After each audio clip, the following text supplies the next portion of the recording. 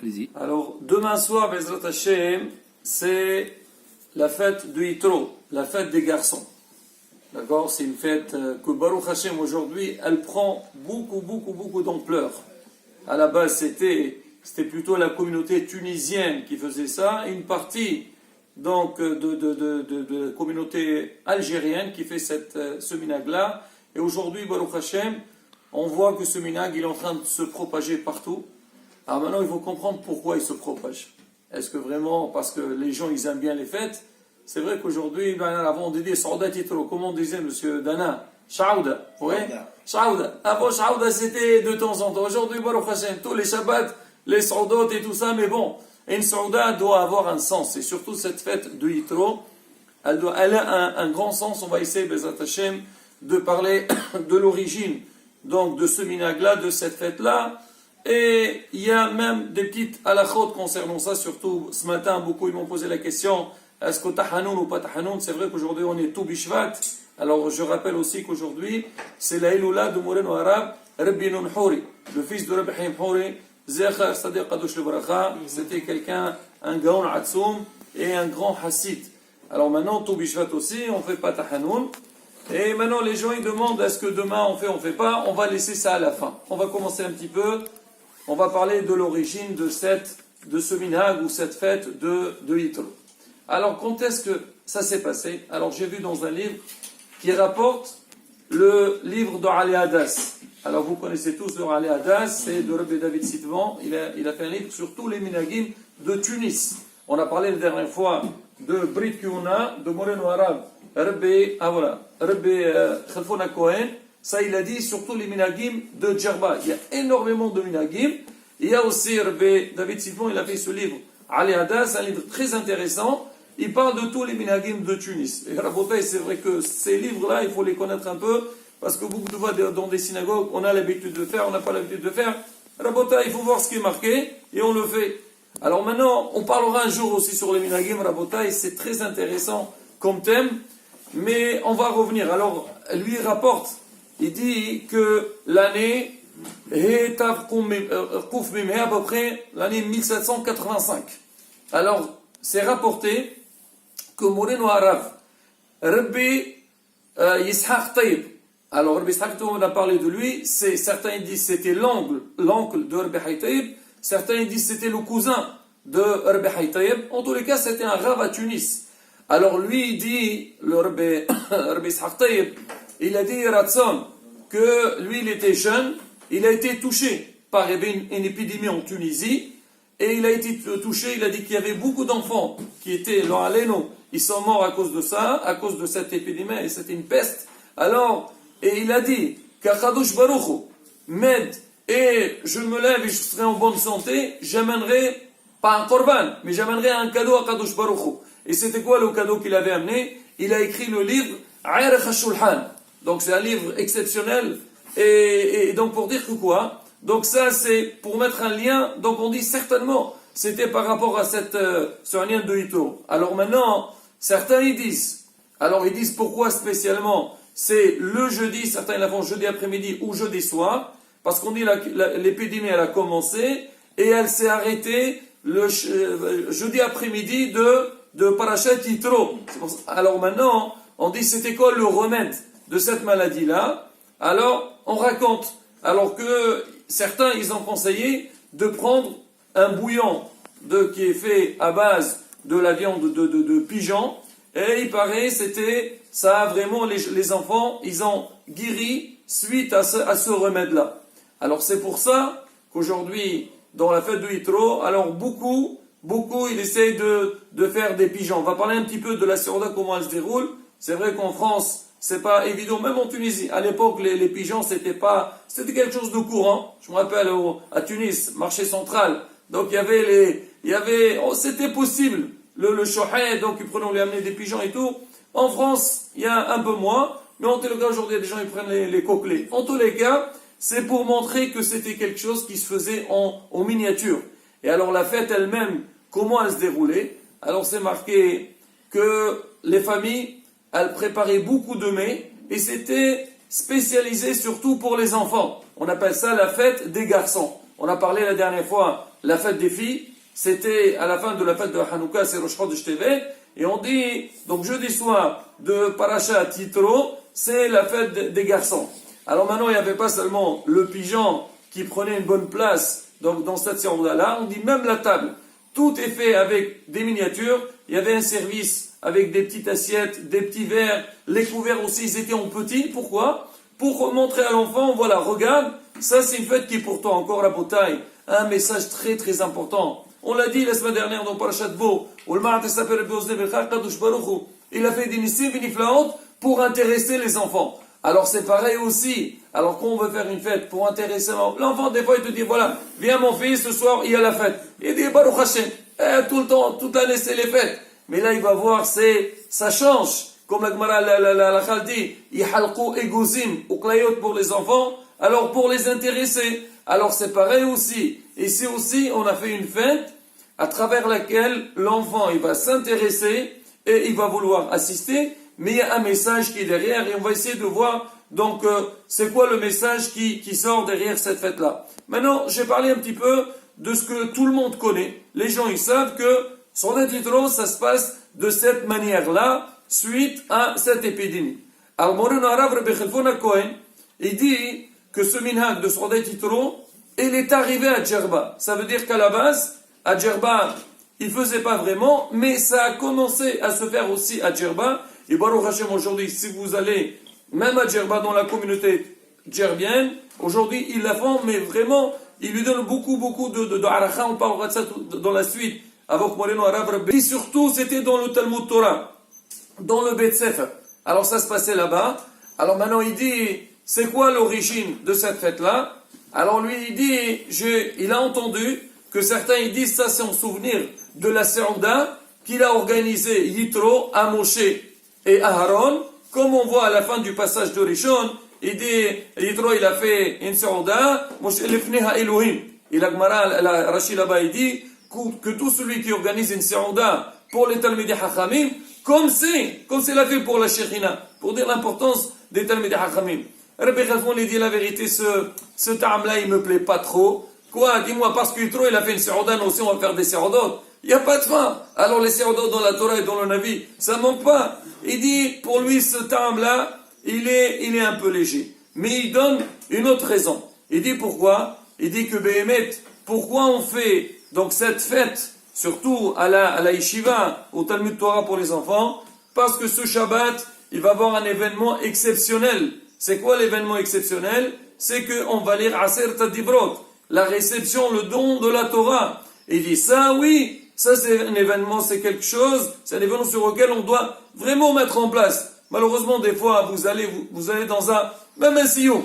On fait le sillon, tu as le rabbin qui fait le sillon en 2 secondes. Après, voilà, c'est le manger qui prend la grande place. Non, il faut parler de l'importance. Baruch Hashem, on a fait une Gemara, on a fait une Masechet. Là, c'est pareil, mettre en valeur. Donc, ce là de Aser Tadibrot. Alors maintenant, son petit-fils, que lui qu'il a été, donc il a écrit il a réécrit ce livre de Brit Kuna, il dit en vérité, alors toujours en parallèle avec ce qu'il a dit Moreno Arav, il dit que quand Am Israël, ils ont reçu la Torah, c'était quoi? C'était comme une choupa, comme un mariage. Akadosh Baruch Hu, il a donné la Torah au peuple d'Israël. Il y avait comme un mariage, Bema'amad Ar-Sinai, et on dit, la Torah c'était comme une ktuba. On dit quand on fait un mariage, alors on fait une Seouda, on fait une fête. Nous, c'est Am Israël, quand on va faire ce mariage-là avec la Torah, alors on doit faire une grande Seouda, et c'est ça la fête des garçons et la fête de Yitro. Ça c'est concernant ce qu'il a dit Moreno Arav, Rabbi Chalfon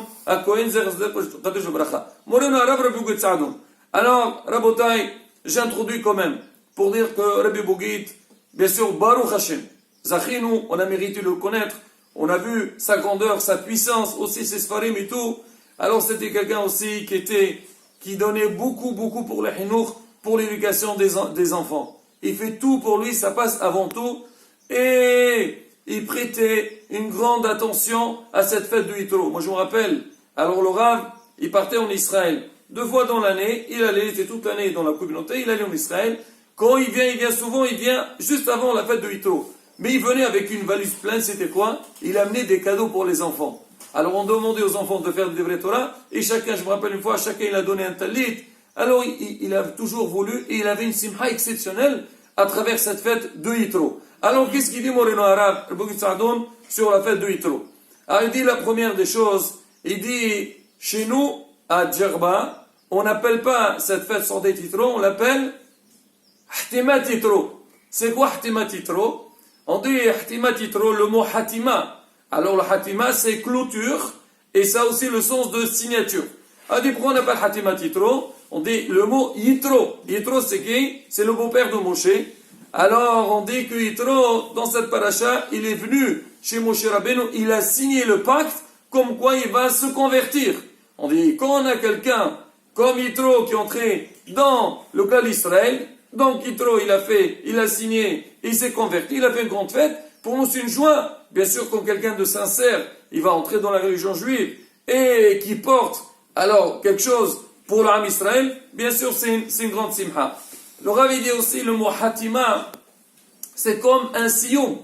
Alors on sait que toujours Simchat Torah, qu'est-ce qu'on fait la fête de Simchat Torah? On fait une grande Seouda. Pourquoi on fait Simchat Torah? C'est le sillon de toute la Torah, parce que toute l'année, on a lu depuis Parashat Bereshit jusqu'à Parashat Wizot HaBeracha. Quand on a fini Wizot HaBeracha, on lit Wizot HaBeracha et on démarre Bereshit, donc ça s'appelle un sillon, Hatima. Alors nous aussi, Am Israël, il a reçu la Torah dans cette paracha-là. Donc ça fait depuis ce Shabbat-là jusqu'à Shabbat de l'année prochaine, on a fait le tour de toutes les parachiotes et ça devient comme un sillon.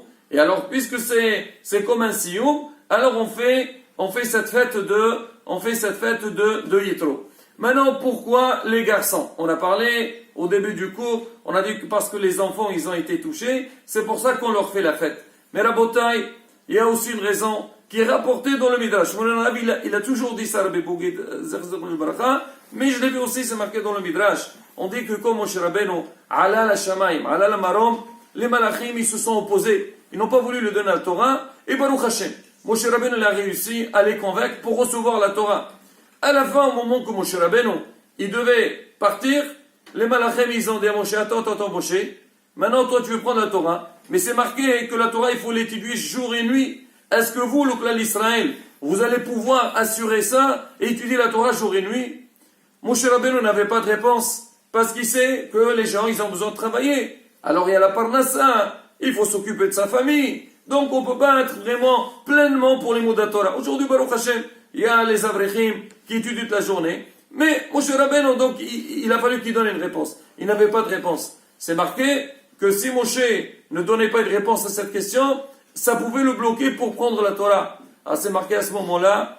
Alors c'est les enfants qui se sont engagés. Ils ont dit, on prend sur nous cette étude de la Torah. Et Baruch Hashem, les enfants, bon, ils ne travaillent pas, ils sont toute la journée dans la yeshiva ou dans le Talmud Torah à étudier la Torah. Donc grâce à cet engagement des enfants qu'ils ont pris sur eux, donc sur un lien de l'imoud à Torah, là on a été zoché pour que Hashem nous donne la Torah. Alors maintenant on dit, puisque ces enfants-là, eux, ils étaient quelque part la clé du don de la Torah, alors on dit on doit leur faire une fête. Mais pendant cette fête, qu'est-ce qu'on fait? C'est vrai, on a dit il faut leur faire plein de choses, il faut les intéresser, il faut les réjouir, mais derrière ça, le minhag, c'est que les enfants, ils viennent, donc ce jeudi après-midi, donc dans la synagogue, et ils viennent dire des vrais Torah. Alors souvent, ils parlent sur la paracha, wa yishma yitro, il fait un hidush, ma shmoa shama'ova. Comme on a dit la dernière fois, à Tunis, on dit, cette semaine, on fait la fête de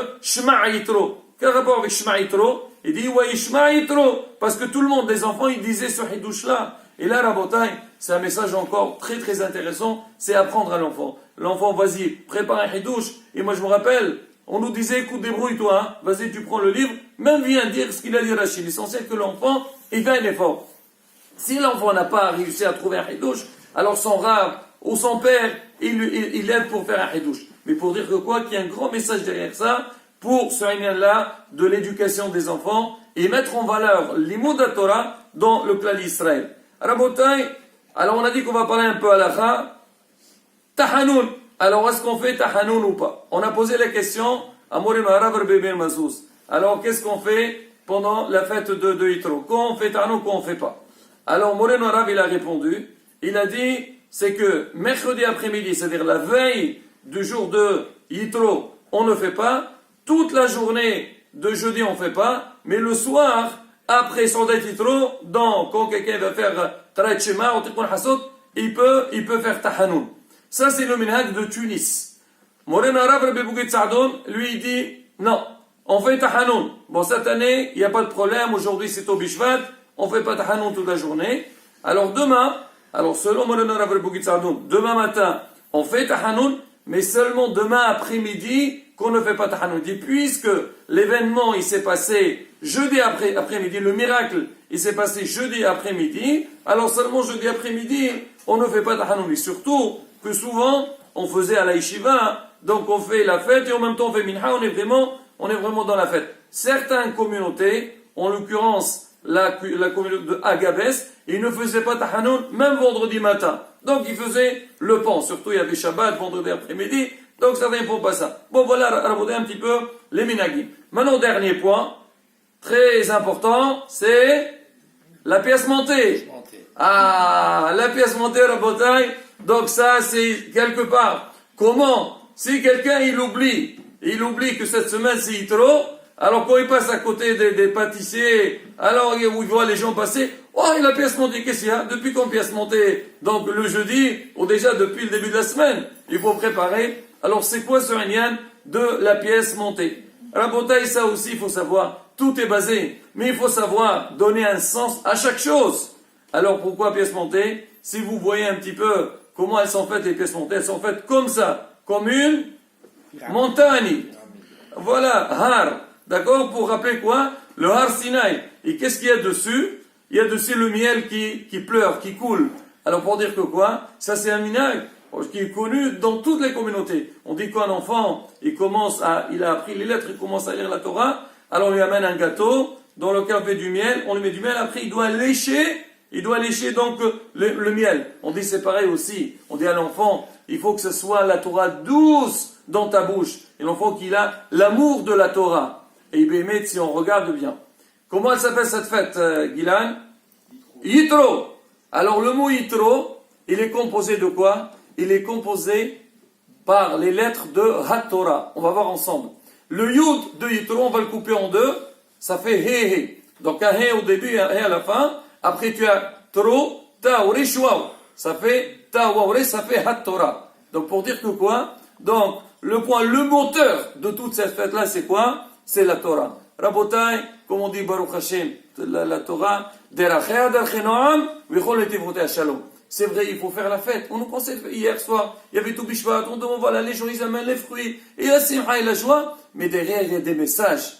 Alors, pareil aussi, cette fête qui est la fête de Yitro, quelque part, certains ils vont croire que c'est... Non, c'est vrai. Certains disent c'est comme un Purim Katan, parce qu'il y a un grand nest. Mais quoi qu'il arrive, la première des choses, c'est remercier Akadosh Baruch Hu, s'accrocher à la Torah et Bezrat Hashem. Tout le temps qu'on est connecté à notre Torah, avec notre Créateur du monde Akadosh Baruch Hu, Bezrat Hashem, on aura toutes les brachot. Amen. Amen.